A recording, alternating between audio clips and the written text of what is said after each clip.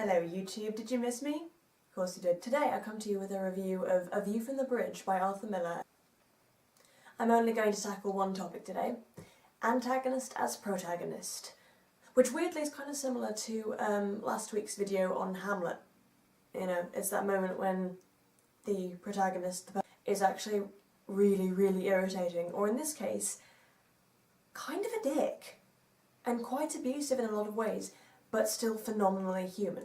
Structurally speaking, this play is very Greek. Miller condensed the original Greek setup, but the choral voice really comes from Alfieri, the lawyer from whom Eddie Carbone, the protagonist, asks advice.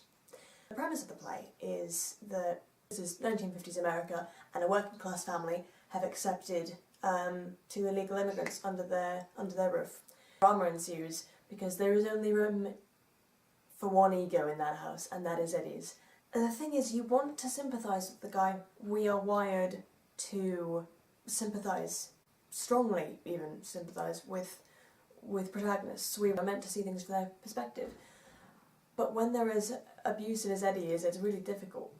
The family structure consists of Eddie, his wife, and their niece, whom they adopted when she was very young. But already in the beginning of the play we can see that as Catherine grows up, she is starting to make Eddie uncomfortable. Purely because she is becoming a woman, and things start to change, and their relationship starts to change, and she just continues to act like a child. Because he's treated her like one her entire life, and she has no reason to mature. And things start to get seriously weird, I won't say how. He doesn't want the world to change. Eddie is obsessed with the status quo. And he's obsessed with justice, not necessarily in the lawful sense, in the natural sense of things. The prologue is very interesting because it opens with Alfieri, among other things. He says, "Plenty of unjust men have been justly shot by unjust men." I'm paraphrasing that, probably.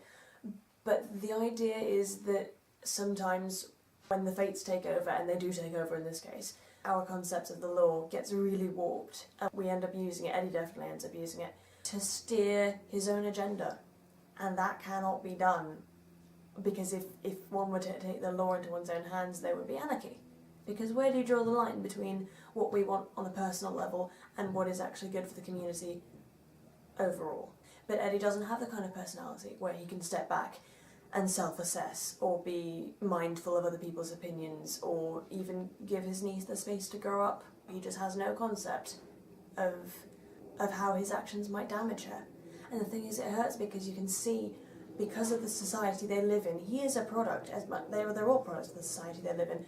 He is an over-dramatised version of all the characteristics of an aggressive working class male from the 1950s. Every stereotype you can imagine gets glommed into this one character, and it makes him almost unbearable, except for the fact that because you know that he is a product of his society, you understand that he's acting in the only way he knows how.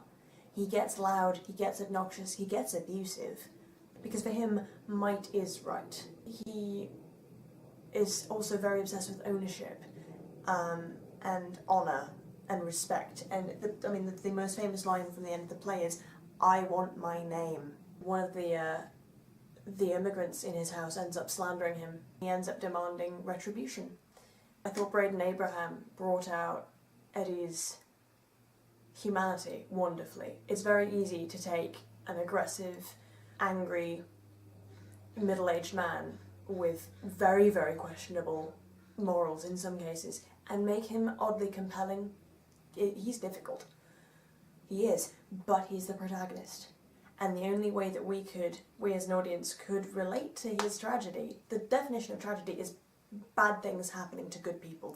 The problem here is that the protagonist is very the feminists in the audience were grinding their teeth, we'll put it that way. It's a hard play to watch. You still connect with him on several levels. Otherwise it wouldn't be sad, it would just be execution. You wonder why the lawyer doesn't step in. It's brilliant because as a lawyer he is legally bound.